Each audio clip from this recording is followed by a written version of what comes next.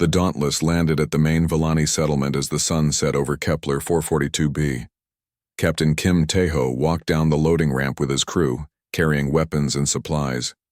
The colony looked terrible. Burned buildings stood like broken teeth against the orange sky. Scared Villani families huddled together in the shadows. Elder Voss met them at the landing pad. His people gathered behind him, about 300 adults and twice as many children. They all looked at the humans with hope and fear mixed together. "Captain," Voss said, "the Korath have surrounded our main settlements. They're waiting for their war fleet, but they attack us every few hours to keep us afraid." Dr. Han Soo-young knelt beside a wounded Villani child. The little one's arm was bandaged and her big eyes were full of pain. "What did they do to you, little star?" she asked gently. "The bad men hurt Mama," the child whispered. "They said they would take us away forever." Song Yuri immediately began treating the wounded, while Tae-ho studied the colony layout. The buildings were spread out across a valley, with the mine entrances built into the hillsides. It was a peaceful design, perfect for a species that had never known war. "This won't work," said Choi Hunbin, looking around with his soldier's eyes. "We need defensive positions, not open ground where they can surround us." Lee Jinwoo was scanning the area with his equipment. "Captain, the good news is that the Villani mines go deep underground. We could set up a defensive network in the tunnels." "The bad news?" Tae-ho asked. "The main Korath fleet will have orbital weapons. They can blast the surface from space if they want to." Elder Voss looked worried. "What does that mean for my people?" "It means we need to make this too expensive for them," Tae-ho explained. "Korath are bullies.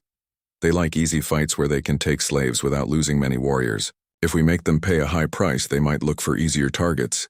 Park Minji approached with her communication equipment. "Captain, I've been monitoring Korath transmissions. Their war chief Grak is getting impatient. He wants to attack tomorrow, instead of waiting for the full fleet."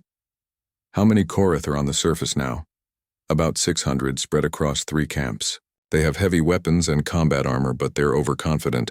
They think the Villani will just surrender." Dr. Han Soo-young finished examining the injured Villani. "Captain, I need to tell you something about these people.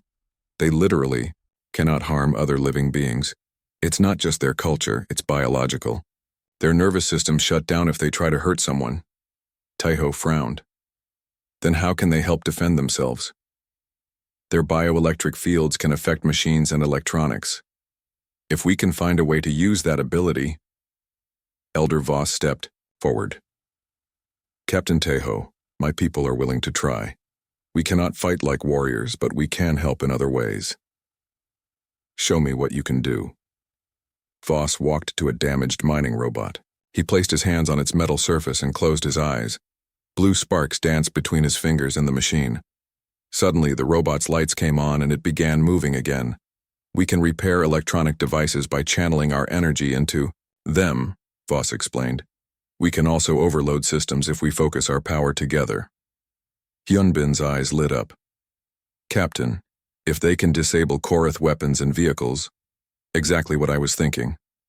Tae-ho turned to address all the Villani. "I won't lie to you. The next few days will be dangerous, but if you're willing to trust us, we can teach you how to defend your homes." An elderly Villani woman stepped forward. "Human captain, why do you risk your lives for us? The great powers of the galaxy have abandoned us. What makes you different?" Tae-ho thought about her question. "Where I come from, we have a saying. A person's worth isn't measured by what they can give you, but by whether they deserve help. You deserve help." The woman's eyes filled with tears. "I am Nara, eldest of the miners. If you will teach us, we will learn." Over the next several hours, Tae-ho's crew worked with the Villani to prepare defenses. Jinwoo showed them how to build simple but effective barriers using mining equipment. Hyunbin taught them basic tactics for moving through the tunnels safely. Yuri trained some of them in first aid for both humans and Villani. The most important work happened when Dr. Han Soo-young worked with groups of Villani to test their abilities. They discovered that when 10 or more Villani focused their bioelectric fields together, they could completely shut down Korath weapons and vehicles from a distance of nearly 50 meters. This could work, Minji said as she watched a group of young Villani disable a captured Korath rifle. If we can coordinate their abilities with our tactics, we might actually have a chance, Taeho finished, but their planning was interrupted when Minji's communication equipment started buzzing with incoming messages. Captain, she said excitedly, I'm getting responses to our emergency calls. How many ships? So far, 12 human vessels have confirmed they're changing course to help us. Mostly merchant ships like ours, but also some private security companies and, she paused, 3 ships flying pirate flags. Hyunbin laughed. Pirates coming to help? That's new. Human pirates, Minji corrected. They said they don't like slavers either. Elder Voss looked amazed. More humans are coming? But they don't even know us. They know enough, Taeho said. They know you need help. Dr. Han Soo-young was working with a group of teenage Villani who had volunteered to learn electronic warfare. Captain, these young ones are incredibly fast learners. They understand technology in ways we never could. One of the teenagers, a boy named Kilo, spoke up. We want to protect the little ones. The Korath said they would take the children first because they're easier to train as slaves. Taeho knelt down to the boy's eye level. That won't happen. Kilo, I promise you. But there are so many of them and so few of you.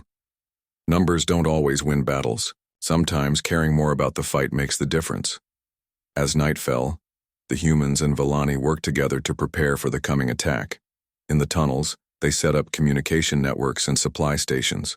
On the surface, they created hidden positions where small groups could use the Villani's abilities to disable enemy equipment. Song Yuri was treating more wounded when she noticed something interesting. Captain, the Villani heal much faster when they're near each other. Their bioelectric fields seem to boost each other's recovery. That could be useful in a long battle, Hyunbin noted. Elder Voss approached Taeho as the humans finished their preparations. Captain, I must ask you one more time. Are you certain about this decision? The Korath will show no mercy to anyone who stands against them. Taeho looked around at his crew. Jinwoo was helping Villani children understand how the defensive systems worked. Yuri was teaching adults how to care for wounded fighters. Minji was coordinating with the incoming human ships. Hyunbin was showing the older Villani how to use the tunnel systems for hit-and-run attacks. Elder Voss, Taeho said, my crew could have stayed safe on our ship. The other human ships could have ignored our calls, but here we are, you know why? Please tell me. Because some things are more important than being safe. Some fights are worth having, even if you might lose. The old Villani leader was quiet for a long moment. Then he smiled. The first real smile Taeho had seen from him. Captain, if my people survive this, we will build a monument to you and your brave humans. Just take care of your children, Taeho replied. That's monument enough. As the night grew deeper, lookouts reported Korath movement in the distance. Tomorrow the real battle would begin. But tonight, in the tunnels beneath Kepler 442b, 2 different species worked side by side, preparing to prove that courage could triumph over cruelty, and that no one had to face their darkest hour alone. The merchant ship Dauntless dropped out of hyperspace near Kepler 442b. Captain Kim Taeho looked at the planet through the main screen. It was a small blue and green world, perfect for the peaceful Villani people who lived there. He had been bringing supplies to their mining colony for 3 years now. The Villani always paid on time and never caused trouble.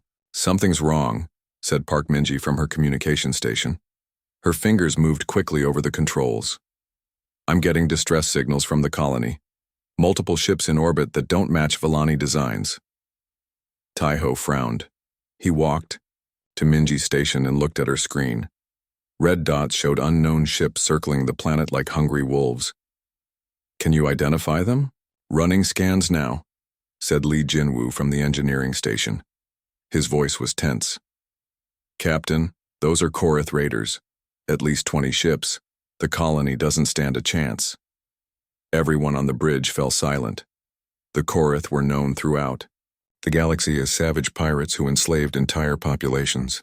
They took people to work in their slave mines until they died. No one survived long under Korath rule. "Sir, incoming transmission from the colony surface," Minji reported.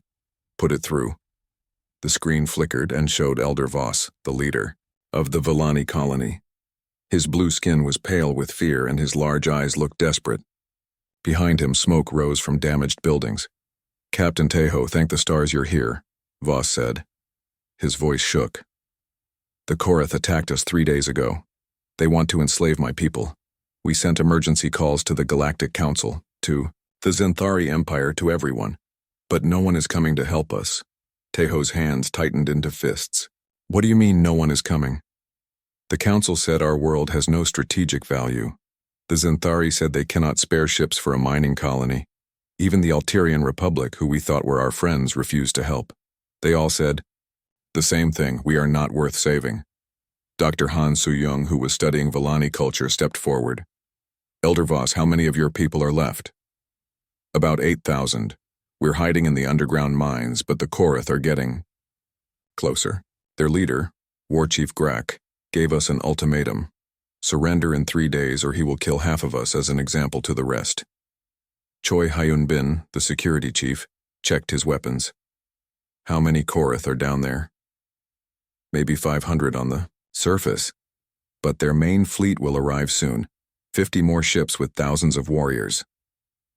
The bridge was quiet except for the hum of the ship's engines. Tai-Ho looked at his crew. They were just merchants, not soldiers. The Dauntless had some defensive weapons, but nothing that could fight a Korath war fleet. "Captain," said Song Yuri, the ship's medic. She had been taking care of injured Villani refugees. "I've been scanning the Korath transmissions. They're not just raiding for slaves. They want the Villani specifically because of their bioelectric abilities." "What do you mean?" Tai-Ho asked. Dr. Han Soo-young answered. "The Villani can process rare minerals with their natural electric fields. It's something no other species can do. The Korath want to use them as living machines." Elder Voss nodded sadly. "It's true. Our people have always used our abilities to help others. But now it makes us targets. The galaxy sees us as tools, not as people." Tai-Ho stared at the screen. The Villani were peaceful beings who had never hurt anyone. They spent their lives mining minerals that made space travel possible for everyone. And now, when they needed help most, the entire galaxy had turned its back on them. "Sir," Minji said quietly, "we should leave. Our cargo hold has medical supplies and food they desperately need, but we can't fight a whole Korath fleet. It would be suicide." Jinwoo nodded. "She's right, Captain. We have families back on Earth. We can't throw our lives away." Tai-Ho understood their fear. He was scared too. But when he looked at Elder Voss on the screen, he saw something that reminded him why humans were different. The Villani leader wasn't angry at the galaxy for abandoning him. He wasn't bitter or hateful. He was just sad that his people would die alone. "Elder Voss," Tai-Ho said, "tell me about your people's abilities. Can they be used for defense?" "Our bioelectric fields are very weak. We use them to feel the minerals in rock and to process them gently. We cannot hurt other living beings. It goes against our nature. But you could overload electronic systems?" Voss looked confused. "Perhaps, but we would never. What if those systems belonged to your enemies? What if it was the only way to save your children?" The elder was quiet for a moment. I suppose if it meant protecting innocent lives, we could try. But Captain, why do you ask? Your ship cannot fight so many enemies." Tai-Ho looked around at his crew. Hyunbin was checking ammunition counts. Yuri was preparing medical supplies. Jinwoo was running diagnostics on their defensive systems. Minji was already trying to contact other ships in the area. "Because," Tai-Ho said, "humans don't abandon people who can't defend themselves." Elder Voss's eyes filled with tears. "But why? We have nothing to offer you. The galaxy has already decided we're worthless." "The galaxy is wrong," Tai-Ho said simply. "Minji, send out emergency broadcast to all human ships in this sector.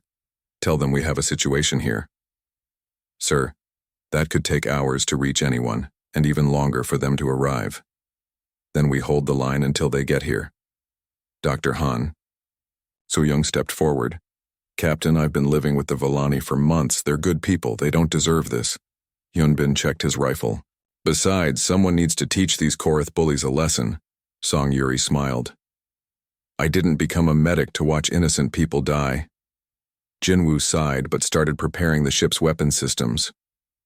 Well, if we're going to do this, we better do it right. Elder Voss stared at them in amazement. You would really risk your lives for strangers? For people the galaxy considers worthless?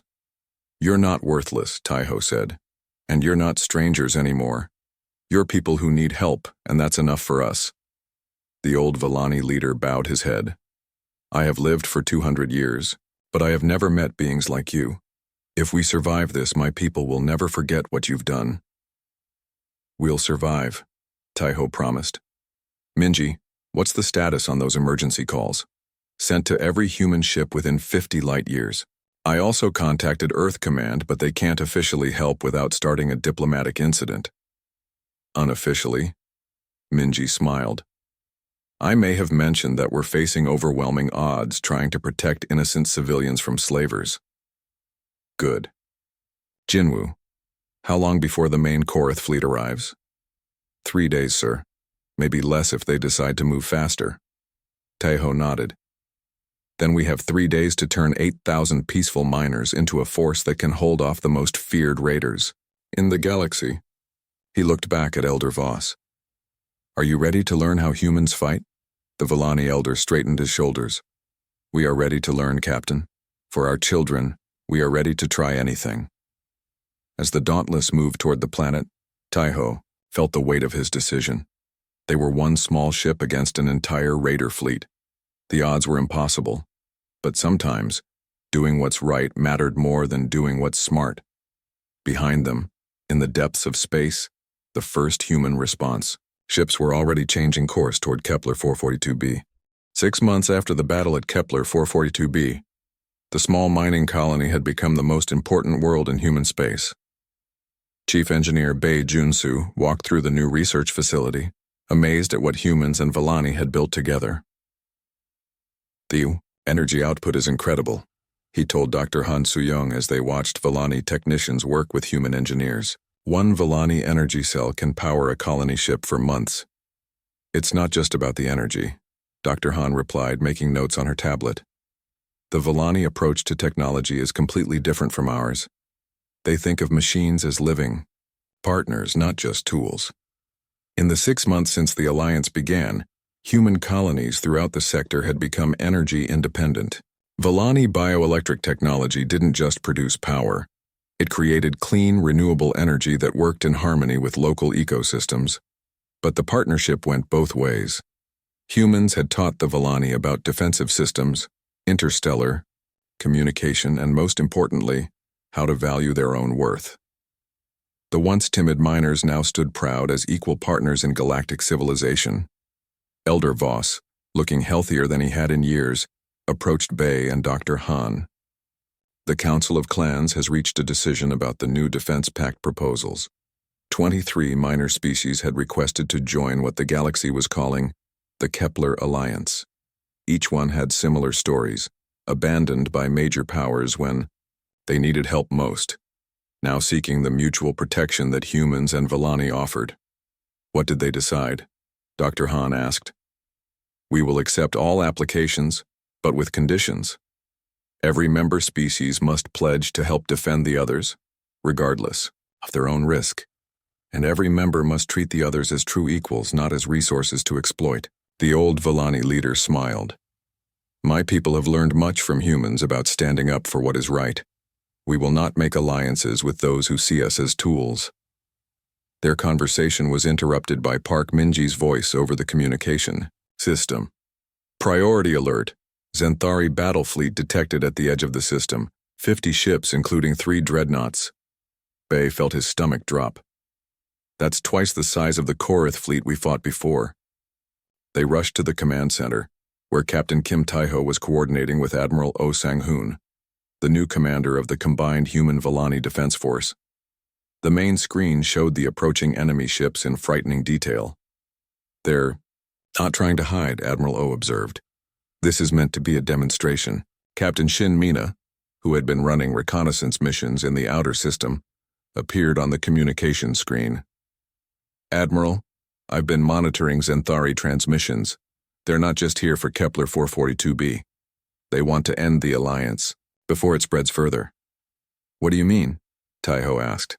"War Marshal Thane is calling this Operation Final Warning. They plan to destroy our defense fleet and occupy the planet. Then they'll announce that any species joining the Kepler Alliance will face the same treatment." Dr. Han looked at the tactical display showing their own forces. "We have 15 human ships and the Villani ground defenses against 50 Zenthari. Vessel, the odds are not good," Admiral O admitted, "but we've faced bad odds before." Elder Voss studied the enemy formation on the screen. "Admiral, my people have been practicing with their abilities. We can do more than we could 6 months ago." "How much more?" "All 12,000 Villani on the planet working together can project our bioelectric field into space. We think we can reach ships in low orbit." Song Yuri, now serving as the Alliance's chief medical officer, looked concerned. "Elder, that kind of effort nearly killed your people last time. With 12,000 instead of 8,000, the strain could be fatal." "Better to die fighting than to live as slaves," Voss replied simply. But their planning session was interrupted by an unexpected development. Minji's communication equipment lit up with incoming signals from across the sector. "Admiral," she reported excitedly, "we're receiving messages from Alliance member species. The Morvac are sending 12 ships. The Theiss refugees have 6. Even the Kodan miners are contributing their converted cargo haulers." More reports kept coming. The Altarian refugees, feeling guilty about their government's abandonment of the Villani, had organized a volunteer fleet. Industrial worlds that had benefited from Villani energy technology were sending support ships. Even some human pirates who had fought at the first battle were returning. "How many total?" Admiral O asked. Minji counted quickly. 47 ships from Alliance members, plus our 15. 62 vessels total. "Still outnumbered," Taiho noted, "but at least it's a fair fight." Captain Shinmina's voice crackled over the communicator. "Admiral, there's something else. The Zenthari fleet includes Korath mercenary ships. War Chief Grak is back and he wants revenge." Admiral O studied the tactical situation. The Zenthari had more ships and better weapons, but the Alliance fleet included species that had never fought together before. Coordination would be difficult. "We need a strategy that plays to our strengths," he decided. "The Villani can disable enemy electronics. Our diverse fleet can use tactics the Zenthari don't expect, and we're fighting to protect our homes, not to conquer territory." Over the next 8 hours, as the Zenthari fleet approached Kepler 442b, the Alliance prepared for the most important battle in their short history. Dr. Han worked with Villani technicians to create portable bioelectric amplifiers that could focus their abilities more precisely. Bai Junsu coordinated with engineers from different species to standardize communication protocols. Most importantly, Elder Voss gathered all 12,000 Villani in the main valley, just as they had done during the Korath attack. But this time, they were prepared for what was coming. "My people," he addressed the crowd. 6 months ago, we were helpless victims waiting to be rescued. Today we stand as equals with our allies, ready to defend not just our world but our right to choose our own destiny. The crowd of Villani, adults and children, miners and technicians, elders and youths, joined hands across the valley. Their combined bioelectric field was visible as blue lightning dancing between their bodies. In space, Admiral O positioned the Alliance fleet using tactics no single species would have attempted. Morvac industrial ships served as mobile repair stations. Theiss refugee vessels, small and fast, acted as scouts and message runners. Human ships provided heavy combat capability, while Altarian vessels used their advanced sensors to coordinate targeting. As the Zenthari fleet entered orbit, War Marshal Thane broadcast his ultimatum. "Alliance forces, You have 1 hour to surrender unconditionally. Any resistance will result in the complete destruction of this world and its population. Admiral O's response was simple. Centauri fleet, you have 30 seconds to leave this system before we defend ourselves. The battle that followed would be remembered throughout the galaxy as the moment when the small and forgotten proved they could stand against the mighty. 62 ships from a dozen different species, fighting with jury-rigged coordination and desperate determination, faced 50 of the most advanced warships in the galaxy. But they had something the Centauri didn't expect. 12,000 Villani, working together, channeling their combined bioelectric power through Dr. Han's amplification technology, reaching into space to touch the enemy ships with invisible energy. As the first Centauri dreadnought lost power and began drifting helplessly, War Marshal Thane realized he was not fighting just humans or just Villani. He was fighting something entirely new, an alliance of species that had learned to trust each other completely. The attack came at dawn. War Chief Grak led 600 Korath warriors across the valley toward the main Villani settlement. Their heavy weapons gleamed in the morning light, and their war cries echoed off the hills. They expected an easy victory against peaceful miners. They were wrong. Captain Kim Tae-ho watched from a hidden position as the first wave of Korath approached the settlement's outer buildings. "Wait for my signal," he whispered into his communicator. Below in the tunnels, 30 Villani had positioned themselves in groups of 10. Dr. Han Soo-young was with the first group, helping coordinate their bioelectric abilities. Elder Voss was with the second group, and the teenager Kilo led the third group of young volunteers. "Now," Tae-ho commanded. The Villani focused their energy together, sending invisible waves of bioelectric power toward the advancing Korath. Suddenly, 50 Korath rifles stopped working. Their combat armor shut down. Even their communication devices went dead. The Korath warriors stumbled and fell as their powered armor became dead weight. Confusion spread through their ranks as nothing worked properly. "Second wave, go," Tae-ho ordered. Choi Hyunbin led a team of armed humans from concealed positions. They moved fast, using the confusion to capture weapons and take prisoners. The Korath had never faced enemies who could shut down their technology from a distance. Park Minji coordinated the defense from a mobile command post. "Captain, War Chief Grak is pulling back his main force. He's calling for orbital support." "How? Long before his ships can target us?" "Maybe 10 minutes. Lee Jinwoo's voice came through the communicator from the engineering station. "Captain, I've got an idea.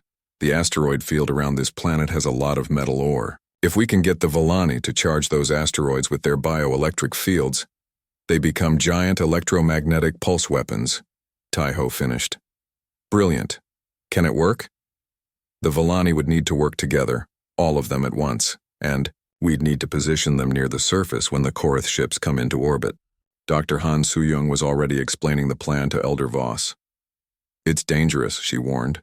"Your people would be exposed on the surface, and the electromagnetic pulse might hurt them too." "How many of my people would we need?" Voss asked. "All of them. Every Villani with bioelectric abilities." The old leader was quiet for a moment. Around him, his people waited for his decision. Children held their parents' hands. Adults looked scared but determined. "We will do it," Voss said finally. "Better to risk everything fighting than to lose everything as slaves."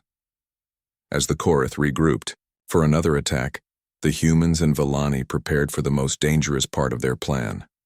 Song Yuri helped evacuate the wounded to the deepest parts of the mines. Hyunbin positioned his fighters to protect the Villani during their electromagnetic attack. But their preparations were interrupted by unexpected news. Minji's communication equipment lit up with incoming signals. "Captain," she called excitedly, "the human ships are here." Tae-ho looked up at the sky and saw 12 human vessels dropping out of hyperspace. They were not military ships, mostly merchants and security contractors, with 3 pirate vessels flying skull and crossbones flags. Against the massive Korath war fleet, they looked like toys. The lead ship opened communications. "This is Captain Yoon Dong-hyun of the merchant vessel Iron Will. We got your message, Captain Tae-ho. What's the situation?" 50 Korath ships incoming. Maybe 1,000 more warriors on the ground. We're protecting 8,000 Villani civilians who can't fight. Understood. We brought some friends who don't like slavers. One of the pirate captains broke into the conversation. Aye, this is Captain Hong Gildong of the Free Star. We may be pirates, but we don't steal people. These Korath dogs are going to learn the difference. As the human ships took defensive positions around the planet, the Korath war fleet arrived. 50 massive vessels, armed with enough firepower to turn the planet's surface into glass. War Chief Grak's flagship, the Blood, led the formation. Human vessels. Grak's voice boomed across all frequencies. You are interfering with a lawful raid. Withdraw immediately or be destroyed. Captain Donghyun responded calmly. Korath vessels, you are attacking defenseless civilians. We cannot allow that. Grak laughed. 12 ships against 50? You humans are either very brave or very stupid. Why not both? Replied Captain Hong Gildong. The space battle began with the Korath confident of easy victory. Their ships were bigger, better, armed and outnumbered the humans 5-1. But the human captains had something the Korath didn't expect. Coordination and clever tactics. Captain Donghyun led the human ships into the asteroid field around Kepler 442b. The large Korath vessels couldn't follow safely, so they sent smaller, fighters. But the asteroids weren't just hiding places, they were weapons. Down on the planet's surface, all 8,000 Villani gathered in the open valley, despite the danger. They joined hands and focused their bioelectric abilities on the metal-rich asteroids above. Elder Voss stood in the center, helping coordinate their power. Now! Dr. Han Soo-young shouted. The combined bioelectric field of 8,000 Villani charged the asteroids with massive electromagnetic energy. When the Korath fighters flew into the field, their system shut down completely. Dozens of enemy ships crashed into asteroids or spun helplessly in space. But the plan came at a cost. The electromagnetic pulse was so strong that many Villani collapsed from exhaustion. Song Yuri and her medical team rushed to help the fallen. In space, the human ships pressed their advantage. Captain Donghyun's iron will rammed a Korath destroyer, sacrificing his ship but taking the enemy vessel with him. The pirate ship Free Star used hit-and-run tactics to cripple 2 more Korath vessels.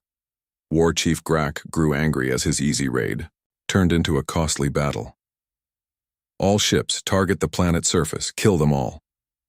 But as the Korath ships moved to bombard the colony, something unexpected happened. The Villani, weak but determined, focused their abilities one more time. Instead of charging asteroids, they directed their bioelectric fields at the Korath ships themselves. The enemy vessels began losing power. Weapon systems failed. Life support flickered. The mighty Korath warfleet found itself defenseless against an enemy they couldn't even see. Impossible, Grak screamed. How are they doing this? Li Jinwoo, monitoring the battle from the Dauntless, explained to Captain Taeho. The Villani abilities work on any electronic system. The bigger the target, the more effective they are.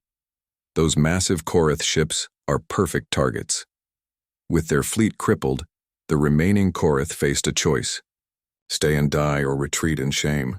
Grak chose retreat, but not before sending one final message. This isn't over, humans. The galaxy will hear about your interference. There will be consequences. As the Korath fleet limped away from Kepler 442b, the surviving human ships landed near the colony. Captain Yoon Donghyun had survived the ramming attack in an escape pod. Captain Hong Gildong's pirate crew helped evacuate wounded Villani to medical ships. Elder Voss, supported by his people because he was too weak to stand alone, approached Captain Taeho. We are free, the old leader whispered. After 3 days of terror, we are free. Yes, Taeho replied. But Grak was right about one thing. There will be consequences. The galaxy is going to ask questions about what happened here. Dr. Han Soo-young helped treat exhausted Villani. Let them ask, she said. We have nothing to hide. We protected innocent people from slavers. As the sun set over Kepler 442b for the second time since the crisis began, humans and Villani worked together to count their losses and celebrate their victory. 12 human ships had become 7. Hundreds of Villani were injured from using their abilities so intensively, but they were alive. They were free. And across the galaxy, news of their impossible victory was already beginning to spread. News of the victory at Kepler 442b spread across the galaxy faster than anyone expected. Within hours, every major news network was reporting the impossible story. 12 human merchant ships had defeated 50 Korath raiders and saved 8,000 Villani civilians. On Earth, Ambassador Kang Ji-yeon watched the reports from her office at the Galactic Embassy. Her aide, Lieutenant Nam Hyejin, burst through the door with urgent news. Ambassador, the Galactic Council has called an emergency session. They want answers about what happened at Kepler 442b. What kind of answers? Kang asked, though she already suspected. The Zenthari Empire is claiming that humanity interfered with a traditional Korath hunting ground. The Nexus Confederation says we disrupted established trade routes. They want Earth to pay compensation to the Korath and promise never to interfere again. Kang stood up and walked to her window, looking out at the stars. And what does the evidence show about this traditional hunting ground? Nam Hyejin smiled grimly. That's where it gets interesting, Ambassador. Reporter Kim Minho from Galactic News Network has been digging into the Korath raids. He found something unusual. Show me. Nam Hyejin activated a holographic display that showed financial records and communication logs. The Korath have been receiving funding and equipment from shell companies owned by Zenthari corporations, companies that specialize in rare mineral extraction. They were backing the raids? It gets worse. The same Zenthari companies that refuse to help defend the Villani colony have been secretly negotiating to buy Villani bioelectric technology through unofficial channels. They wanted the Korath to capture Villani slaves so they could study their abilities. Kang felt angry but not surprised. The galaxy's major powers often used criminals to do things they couldn't do openly. Do we have proof? Reporter Kim has transaction records, encrypted communications, even recordings of meetings. The Zenthari wanted Villani technology, but they didn't want to pay fair prices for it, so they hired the Korath to steal it. 3 hours later, Ambassador Kang stood before the Galactic Council. The massive chamber held representatives from hundreds of worlds, but the real power belonged to the major species sitting in the front rows. War Marshal Thane of the Zenthari Empire spoke first. His scarred face showed no emotion as he accused humanity of criminal interference. The humans violated galactic law by attacking Korath vessels. The Korath were operating in space they have used for centuries. Trade Director Kell of the Nexus Confederation nodded agreement. Her tentacled face twisted with disapproval. Humanity has set a dangerous precedent. If every species starts interfering with established economic relationships, chaos will result. Even Ambassador Ross from the Alterian Republic, who usually supported human positions, looked uncomfortable. While we admire humanity's compassion, we must consider the larger implications of their actions. When it was Kang's turn to speak, she stood calmly and activated her own holographic display. The chamber fell silent as financial records, communications, and meeting recordings filled the air above their heads. Honored delegates, she began, I want to address the claims made against humanity. But first, let's examine what really happened at Kepler 442b. The evidence was devastating. Recording after recording showed Zenthari officials negotiating with Korath War Chief Grak. Corporate executives discussed how to acquire Villani technology without paying for it. Military officers provided weapons and tactical support for the raids. The Korath weren't operating in their traditional territory, Kang continued. They were hired mercenaries paid by Zenthari corporations to capture and enslave the Villani people. War Marshal Thane tried to interrupt. These recordings could be fabricated, could they? Kang activated another display showing financial transfers from Zenthari banks to Korath accounts. These transactions were made through the Galactic Banking Union's secure networks. Are you suggesting they were hacked by human merchants? Murmurs spread through the chamber as delegates realized the implications. The Zenthari Empire, one of the galaxy's most powerful civilizations, had been caught using slavers to steal technology from defenseless civilians. Trade Director Kell tried a different approach. Even if these allegations are true, the humans still violated galactic protocols. They should have reported their suspicions to proper authorities. Which authorities? Kang asked. The same Galactic Council that declared Kepler 442b economically non-viable and refused to protect its people? The same Zenthari Empire that was secretly funding the attackers? The same Altarian Republic that abandoned their allies when help was needed most? The chamber was now completely silent. Ambassador Ross looked ashamed. Even delegates from minor worlds were staring at their representatives with new understanding. Kang pressed her advantage. The humans who fought at Kepler 442b weren't soldiers or government agents. They were merchants, traders, and yes, even some pirates. They risked their lives because they saw innocent people in danger and chose to help. They did what the rest of us should have done. War Marshal Thane stood up angrily. The Zenthari Empire will not tolerate these accusations. You demand nothing, interrupted a new voice. Everyone turned to see Elder Voss entering the chamber, supported by Dr. Han Soo-young and Captain Kim Tae-ho.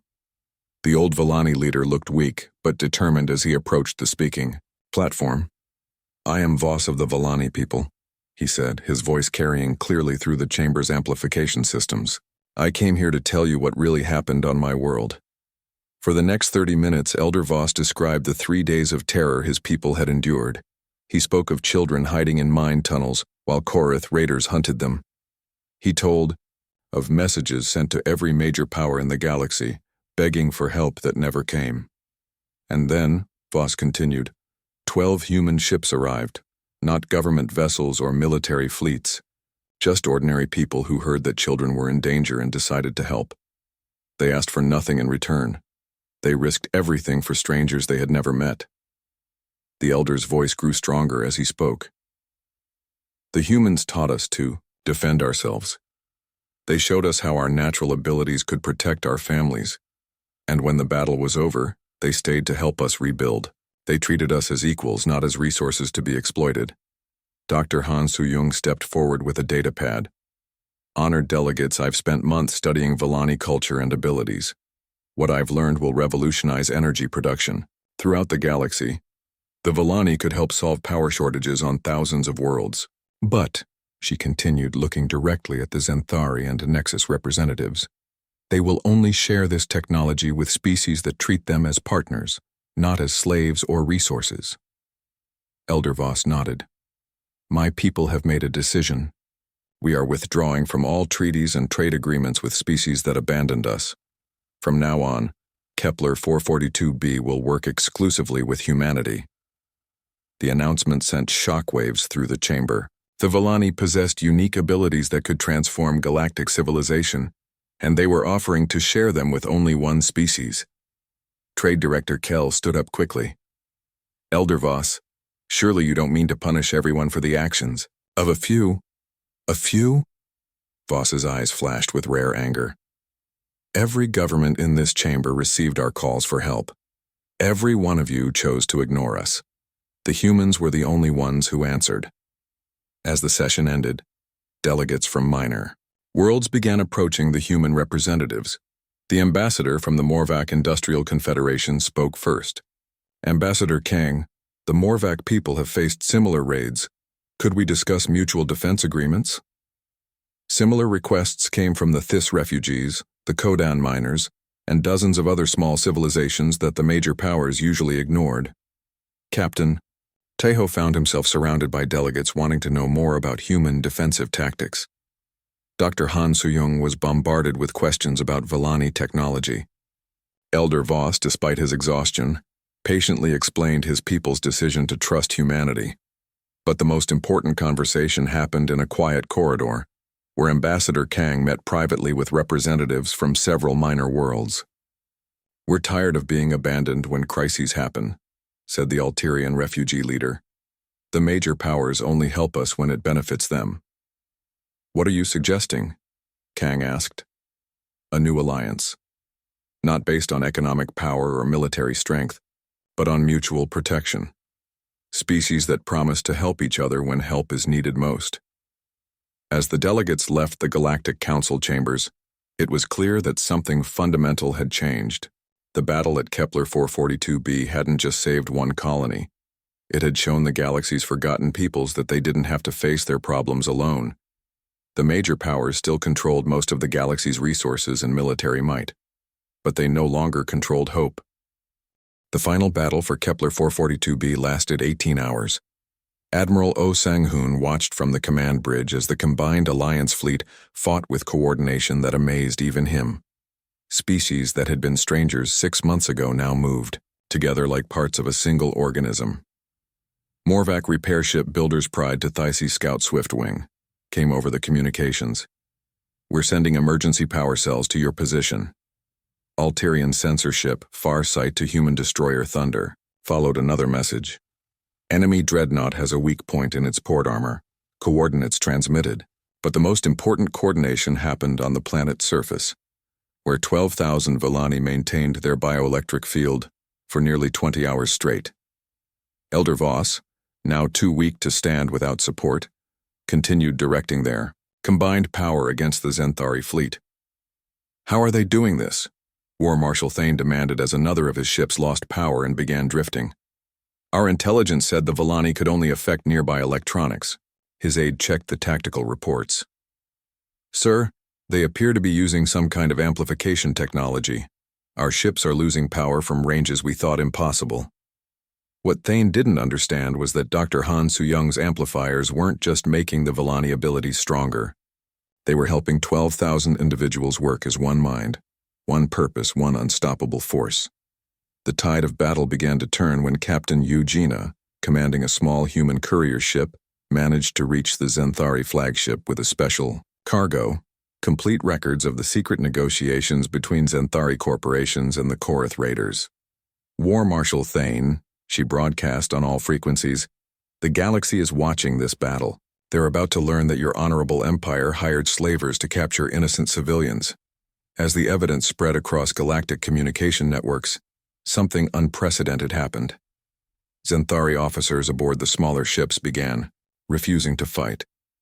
Some actually turned their weapons on War Chief Grak's Korath vessels. "This is Commander Zex of the Zenthari cruiser Honor's Edge," came a transmission that shocked everyone.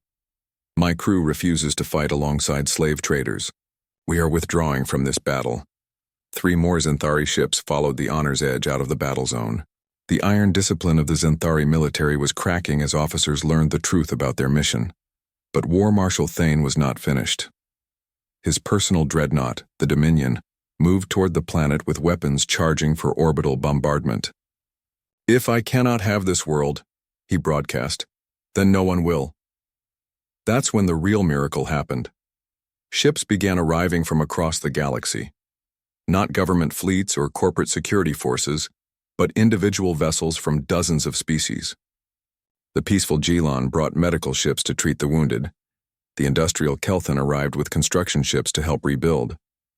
Even some Korath clans, ashamed of Grak's slavery, came to fight against their own former war chief.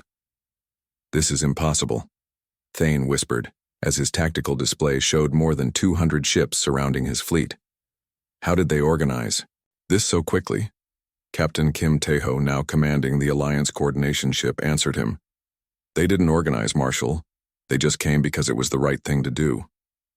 Among the arriving ships was one that made Admiral Oh smile.